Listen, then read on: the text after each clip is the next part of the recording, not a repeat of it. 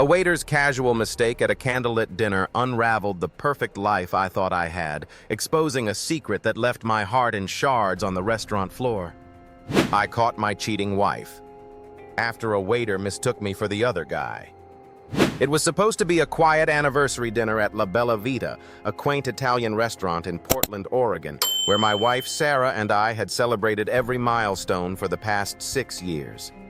I'd reserved our favorite corner table, the one with a view of the twinkling city lights, hoping to rekindle the spark that had dimmed between us.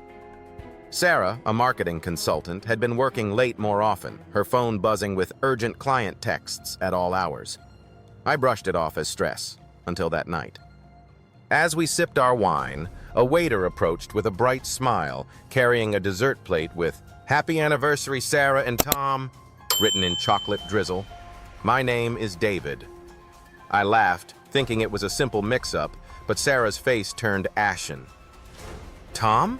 I asked, my voice catching. The waiter, flustered, apologized, saying, "Oh, I'm so sorry, sir. I thought you were the other gentleman. Sarah's been here with him a few times this month." The words hit me like a punch, the restaurant's warm glow suddenly cold and suffocating. Sarah tried to brush it off, claiming it was a work colleague, but her trembling hands betrayed her. I pressed her, my voice low but firm as the other diners glanced our way. She broke, admitting Tom was her boss, someone she'd been seeing for months. They'd been coming to La Bella Vita, our special place, for their dates, using the same corner table. The waiter's mistake wasn't a mistake at all. He'd simply recognized her and assumed I was Tom. She'd been living a double life, right in front of me, in the one place I thought was ours.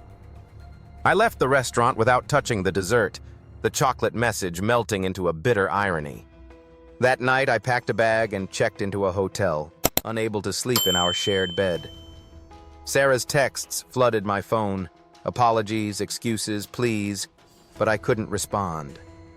The betrayal wasn't just in her affair. It was in the violation of our sacred space, the memories now tainted by her lies. Over the next weeks, I filed for divorce, sold our condo, and moved to a small apartment near the Willamette River, seeking solace in the sound of the water. I threw myself into new routines, painting, something I'd loved as a kid but abandoned for practicality, and volunteering at a local community center. Through the pain, I found a version of myself I'd forgotten, a man who could create, connect, and heal. Sarah reached out once, her voice heavy with regret, but I wished her well and let her go. I needed to rebuild on my terms. On a crisp spring evening, I sat by the river with a canvas in front of me, painting the Portland skyline as the sun dipped low, casting a golden hue over the water. The waiter's mistake had shattered my world, but it also freed me to rediscover who I was beneath the hurt. A man capable of starting over, of finding beauty in the broken pieces. As I added the final stroke to my painting, a soft breeze carried the scent of fresh beginnings, whispering that sometimes a mistaken identity can lead you back to your true self.